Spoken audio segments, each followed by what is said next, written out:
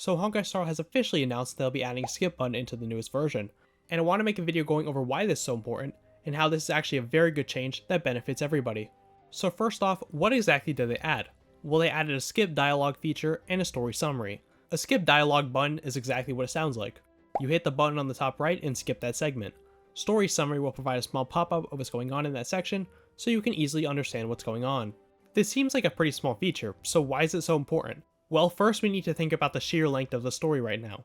Honkai Star Rail's story is very, very long. Herta Space Station is about 2 hours long. Jarilo 6 is about 7 hours long. Shenzhou is almost 6 hours long. Penacony shoots up to a whopping 20 hours long. And Amphoreus is almost 30 hours long. And the region still isn't finished yet. And that's not even counting things like the Ron May quest, Shenzhou Part 2, and whatever the hell this was. It can be pretty daunting, especially if you aren't fond of the characters in that story quest.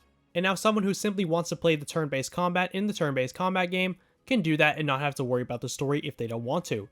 Some people might just want to get to the parts they actually want to play. They've even added the ability to fast forward to new regions you want to experience. And I think something people occasionally forget is that you are required to play the Amphoreus story quest in order to get the very strong character, Remembrance MC. For the Harmony MC, this was not the case. You simply unlock them after you beat Cocolia at the end of Belobog. And if you by any chance have an alt account, then you need to play the story not once, but twice in order to catch up, and having to do that with no skip button.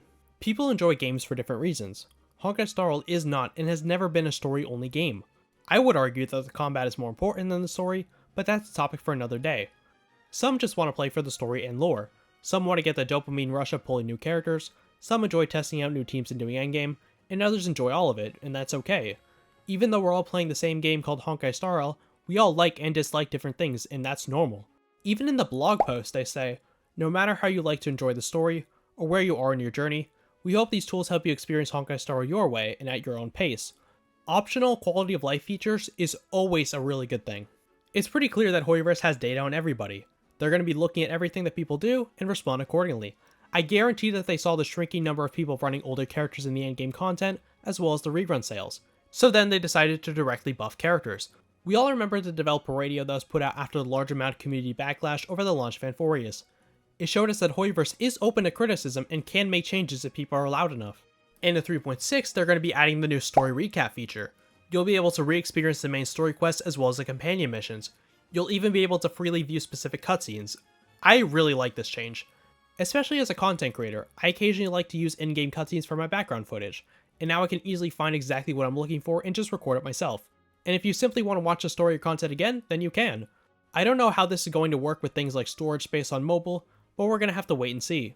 If somebody is already mashing through dialogue, then they very likely don't care about the story to begin with. Whether there's a skip button or not, people will skip and people will continue to skip. Holding them down and forcing them to sit through the story will not make them enjoy it. And these changes actually do affect everybody positively, and this is why. Whether you enjoy the story or you plan to skip it, this means Hoyoverse will have to try harder. Having a skip button is not an indicator of the story being bad. It's kinda crazy how people still believe that in 2025. Honkai Impact 3rd, a game constantly praised for its story, has a skip button. Zenless Zone Zero has a skip button since day one because they believe that everyone should have the option to watch it or to skip it. Having a skip button shows that the devs have confidence in their story simply being so good that you will never feel the need to skip it. I'll admit, in other games that do have skip buttons, I have found myself using it for parts I find uninteresting. For example, Wuthering Waves has a solid story now, but the first few acts are pretty bad, so I started using that skip button. But when there are stories that I do end up enjoying, I simply don't skip it, and that is a positive thing. It's always good to have that option. But the biggest thing is that it actually puts pressure on the developers to hold themselves accountable, that they need to keep the quality up on their stories, otherwise people are just going to skip it. Appreciation for the story needs to be earned, not forced. If they see people skipping in large amounts, then that means they probably aren't enjoying the story, and they need to reassess why that is the case. If you recall, Honkai Star Rail 3.0 is about 8 to 10 hours long and it had pretty bad reception.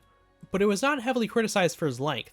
It was heavily criticized for the fact that they constantly used the black screen white text, missing voice actors, long puzzle sequences, and bloated dialogue. And the length only amplified people's displeasure with the quest. They even went back and added ways to skip long segments of dialogue and making parts of the lore optional. And I've seen some say that this update is only for people who can't read. This is pretty ironic given the whole SAG-AFTRA stuff from the past few months is from players learning how to read. And hey, I'm just saying, if there's so many people who are constantly asking for a skip button, it might be a problem with the game itself. I've seen quite a bit of pushback over this, which is very odd. People are saying that this will cause misinformation, and I'm like, really? There's already misunderstanding and arguments as it is, even without a skip button, so adding a skip button realistically isn't going to change anything.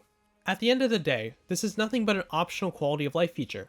If you want to use the skip button, then there you go, now you can.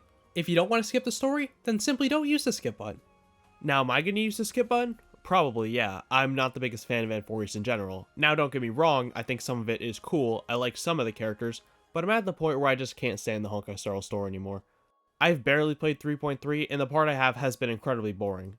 But I will say this is a benefit for me, because I can also get Remembrance MC on my ult, without having to sit through all 3.0 for a second time. I just fail to really see any downside with this.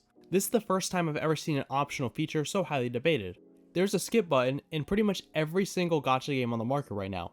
In the gachas that I play or have played, Zenless has one, Nikke has one, Wuwa has one. Pretty much the only mainstream gachas that don't have one is previously HSR and then Genshin. It's simply an industry standard now, and these games are falling behind without the basic quality of life. But even with the skip button changes, Honkai Star Rail needs to continue improving the story. Give us more animations, more cutscenes, better camera angles, and less bloated dialogue, and people won't feel as incentivized to skip it. People won't listen to your story until you make a story worth listening to.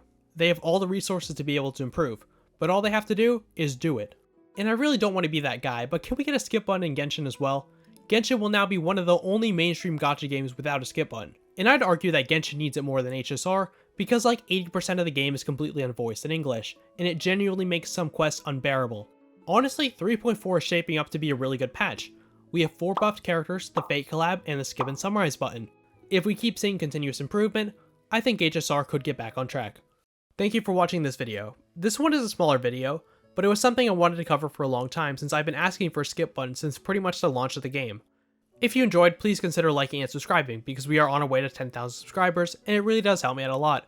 If you want a place to come and chat, then check out the Discord link down below. Thank you so much for watching, and we'll see you in the next one.